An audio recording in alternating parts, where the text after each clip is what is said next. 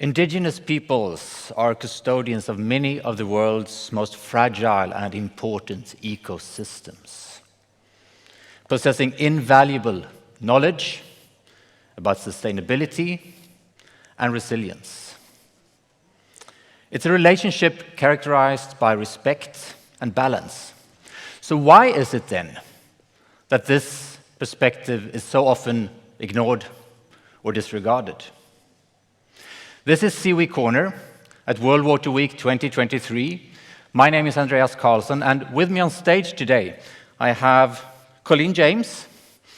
You describe yourself as a proud, and I'll try to get this correct, Tagish Tlingit woman, cultural advisor, storyteller, teacher. Yes. We have Sang Suragan Chan from Northern Thailand, also representing network of indigenous women in Asia. And we have David Hebart-Coleman, Stockholm International Water Institute. Now, if I may start with you, Colleen, in your view, what characterizes indigenous people's relationship with water? So for myself, I'm from the Carcross-Tagus First Nation in northern Canada. We're at the headwaters of the Yukon River. And what characterizes our relationship in our area to water mostly is that water is everything, but that it's the freshwater fish that lives in the water, that sustains us, that we greatly love and go after each year. So we have a yearly round. In the springtime, there's certain fish that are available, summer, winter, fall, like that. So our relationship is very much based on our subsistence hunting and the health of the fish. Sang, in your opinion, what is specific? What is the character of indigenous people's relationship with water? Yeah, thank you for the question. And I would like to thank you, SIWI and AWP that give me a chance to share the indigenous issue on this forum. Yeah, relating to the question, it is remind me about what my grandfather said. He said, คนกินน้ำไม่เคยเห็นต้นน้ำ It is mean people who drink water never seen the watershed. Can I see your hand? How many of you have seen the watershed? So, 1, 2, thank you. Yeah. And then, yeah, next. คนกินข้าวไม่เคยเห็นต้นข้าว It is mean people who eat rice have never seen the rice plant. Can I see your hand? How many have you ever seen rice plant? Oh, thank you. Quite a few, quite a few. All of us, yeah, thank you. Yeah, exactly the same, you know. So that means we are, that is our duty to protect the water source, because it's to grow rice, for our in use in our life, something like that. And one more that I have learned since I was young, that if I want the fish as food, I have to take care of the river. That's what my grandfather said, because river is a fish home. So for indigenous people, river and the forest means our people, human being for food security. Yeah, thank you. And just to go, I'll ask this question to you, Colleen. It feels like, I mean, you're representing opposite parts of the world, really. But we talk about indigenous perspectives here. It feels like there should be a risk of generalizing. I guess what I'm aiming at with my question is there something that unites indigenous peoples in the relationship to water? I believe that it's our respect for the water, that it should be clean, that it should be free-flowing, that it should be clean for the fish, and that it should be clean to feed all the plants, like Sang said, even rice plant and food plants, that water is life, and it's one of the key elements. It makes up one of the 4 directions, and so definitely there's a connection to food all around the world. Yes. Yeah. David, same question really. I mean, you, obviously not being Indigenous yourself, but working with people from Indigenous groups around the world, what is your perspective? Is there something that unites? So, and I'd just like to acknowledge the traditional peoples of this land, the Samai, before I answer.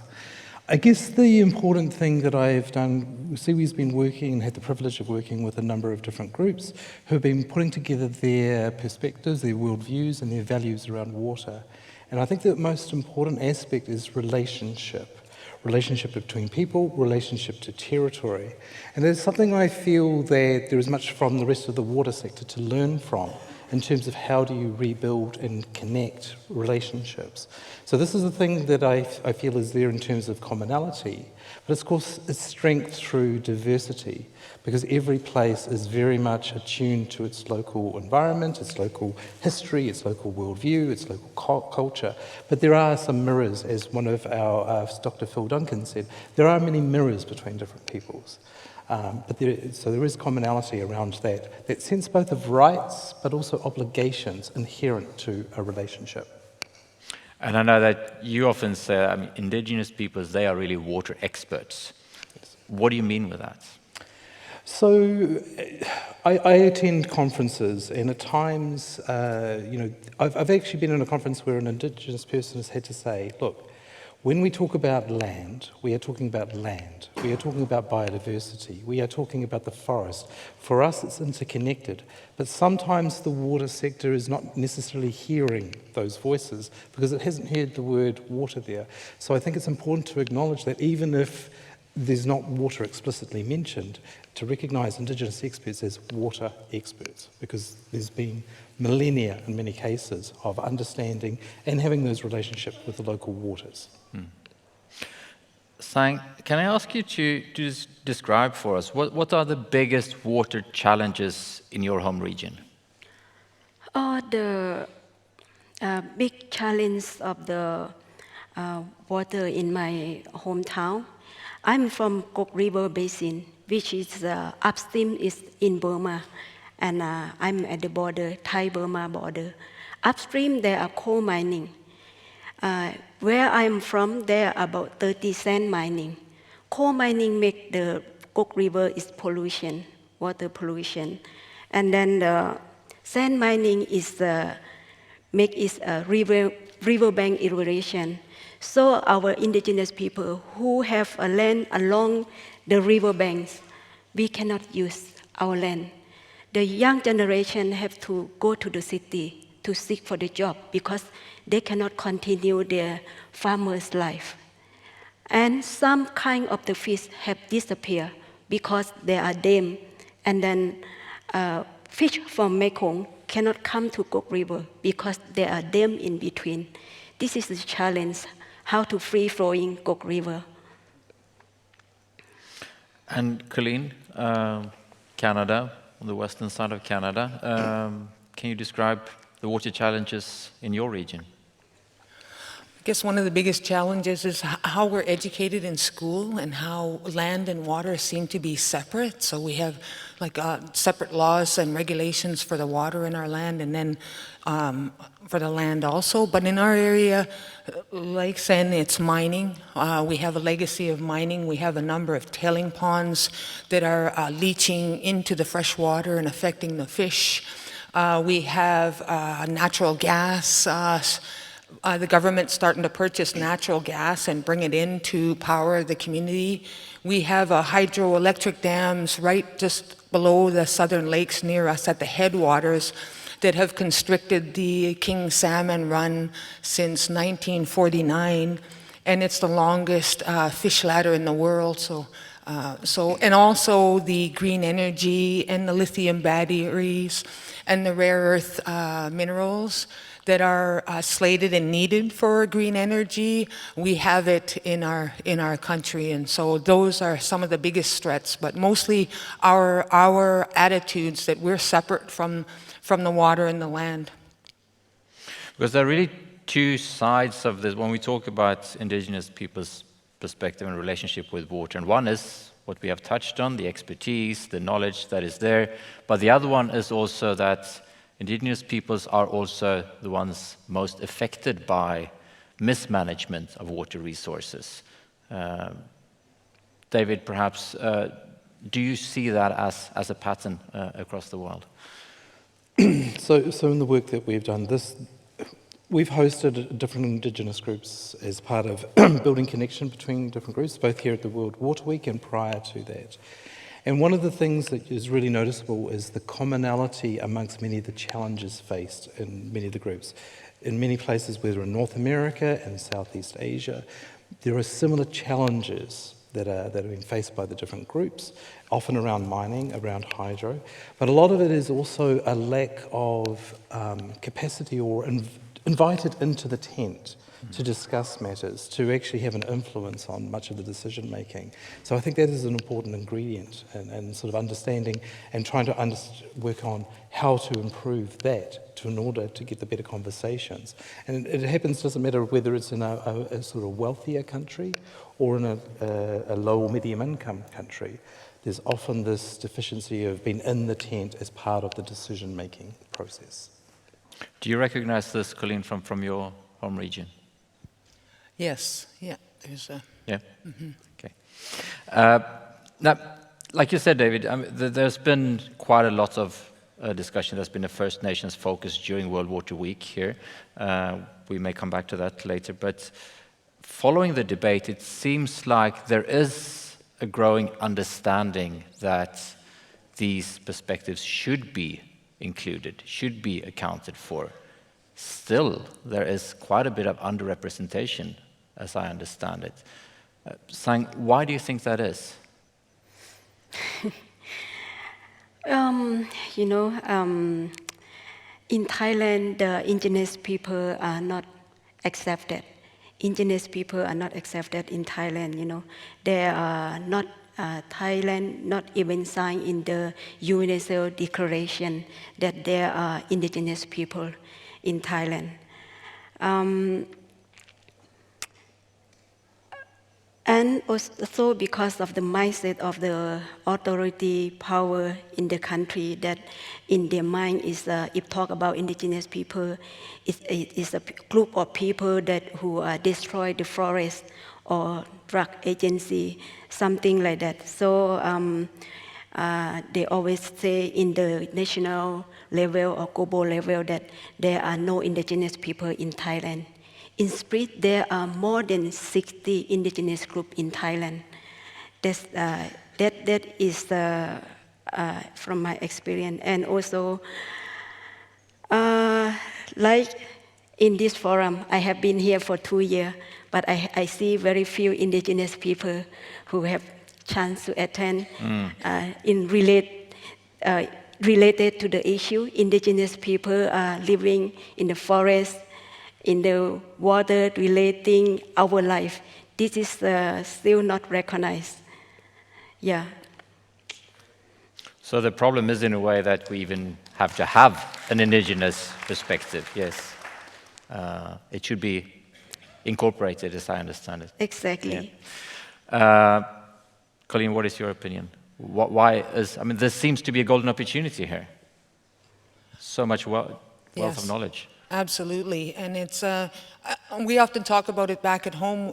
The indigenous people almost feel like undervalued, like there's no value, there's no value to us in every sector of society when we try to speak or express ourselves, whether it's spiritually, mentally, emotionally, or physically, or all of the above, that there's an undervaluing of who we are, where we come from, and what makes us who we are, and our ways of knowing and being. So, like Sang, I'm very appreciative to hear and see indigenous people here talking hard on behalf of their communities, their homes, their families, and those waterways that have kept us alive so long. When we spoke earlier, Colleen, I remember you correcting me when I talked about what would be the right or the wrong thing to do. Do you remember? Why was that? I talked about trying to stricken the words right and wrong from my own vocabulary and adopt the words what works and what doesn't work. And I think how we're doing things globally with water isn't working.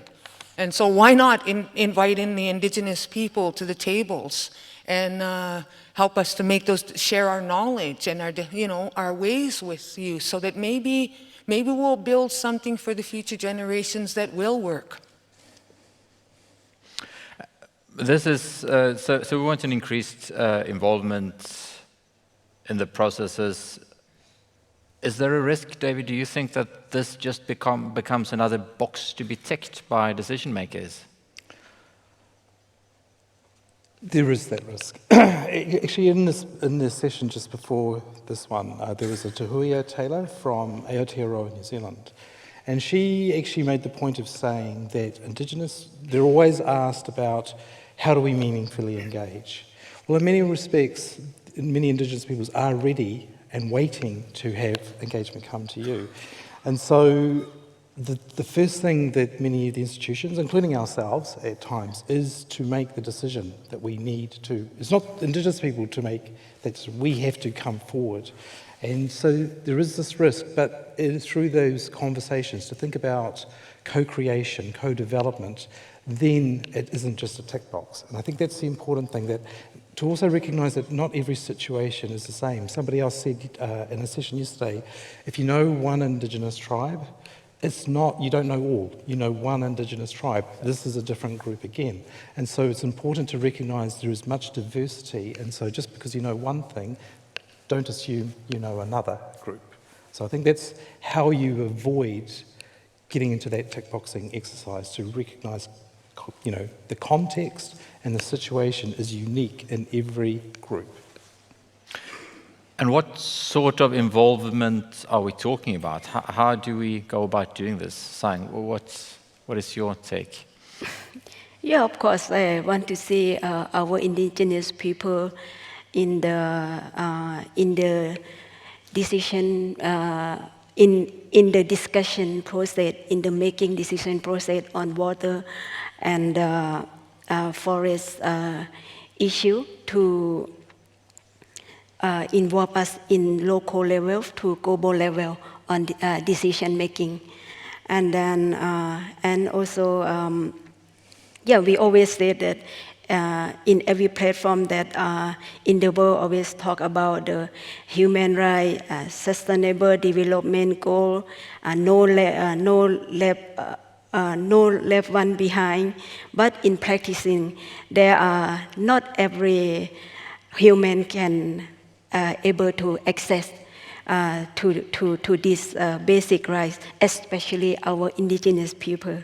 So I would like to call for the country that have Indigenous people to open heart, to and respect and accept our Indigenous people, the way of life that treats us as a human, as we are human. So equal bring the peaceful for the world. That is from my side. Colleen, your perspective? Like Sang said, to be consulted, I guess, come and ask us. You know, we often say before we do any business is let's light a fire and have a cup of tea and have a little bit of a conversation and get to know a little bit about each other's background, and then start to work together to solve some of these things so that they work. So we're still waiting and searching for free, prior, and informed consent. Often the decision is made, you know, and somebody comes to the village and talks to us a little bit about it, but in reality, the decision's already been made. So in Indigenous country, often it's about the collective and not the individual, and so adjusting, so democracy is more about the majority rules, and in Indigenous country, in a lot of clan ways, it takes the consensus, and they like to do business by consensus. So come and seek our consensus and join us at our campfires and our camps or wherever it is on the land, but please do come and see us, because we have a wealth of wisdom, local places, and knowledge that's many, many years of observation. So we have our own scientific knowledge to bring to the table, and we thank you for respecting it, coming to share it, and thank you for all of our bundle of responsibilities. Free, prior, and informed consent. Can you explain that concept, David? So, under the United Nations Declaration on the Rights of Indigenous Peoples, there are certain parts and elements to that which expects that institutions operating within Indigenous territories obtain the free, prior, and informed consent of and work with Indigenous peoples on that. The problem that may occur is that it's often defined by the institution which is more powerful, that is coming into the place. They maybe have more resources, they may have other things, and so they often will determine what that free, prior, and informed consent may mean. And so it's not just about the way it's written, it's also the spirit of it, and to actually work with Indigenous peoples to understand what free, prior, and informed consent means in terms of their location and what they would expect to happen. So it's an important part of the international infrastructure, but it's not always implemented very well, or on a one-sided fashion if it's done at all. So I think this is one of the other aspects about having meaningful engagement in co-development, co-creation, is to ensure that free, prior, and informed consent is worked with the community involved, and what that means and is defined in that location. And I imagine that you sometimes get asked, not coming from an Indigenous group yourself, why are you working with these issues? And what is it that's striking? So there are two reasons. Apart from the obvious one of representation and voice, I believe that the water sector really needs to listen to the voices, and the part of the purpose for the First Nations focus was to ensure that everybody in this room can see there are alternatives that are proven, that have stood the test of time, that there is other ways of knowing, other ways of doing that could be part of the solutions that we need today. So, and a lot of it I think is about helping to rebuild relationships. A lot of the time, the focus in a lot of international discussions is on the vulnerability of Indigenous peoples. But there's the other side, where the Indigenous peoples are the teachers, the mentors. They, through respect, reciprocity, relatedness, through those relationships, they can help to, as Colleen was saying, they can help for others in our water sector to sort of understand what that means and how do we re-establish relationship and change our practices. And so it's a shift in the narrative from some vulnerability to one of being the leaders. And this has been a very important part of the First Nations focus here. And there has, as we have mentioned, been a First Nations focus during this World Water Week. And you have all participated in a number of sessions. Colleen, from your perspective, what has been the most important parts of those sessions that you have been involved in? I suppose it's our presence, that there seems to be quite a few Indigenous people from all around the world, and that's great. So I have optimism and I have hope, and I just want to reflect a little bit on the bigger greaterness of the whole collective human family, and the health of the whole human family, and our dependency on the natural world around us, whether it's fish or rice or reindeer or whatever it is. Wherever we're coming from, the food comes from the earth, and whatever we do to the earth, we do to ourselves. So let's try to work together and unite ourselves as one family and not a bunch of people on different because water is very precious. We all need it for life. It's sacred to us. We have sacred ceremonies, steam baths. Some people have baptism ceremonies. So water is very sacred to all of humanity. And I appreciate this moment and the shift in our behaviors. Sang, final word. What are you bringing with you from this World Water Week? Yeah, there is a lot of things that I have learned since last year, and my expectation for next year to see SIWI involve more Indigenous people in this forum for people to learn about Indigenous people. Thank you, and thank you all for coming. This was World Water Week 2023 and SIWI Corner. Please join us again, same time tomorrow, for a final discussion of this week. Thank you. Thank you, Water.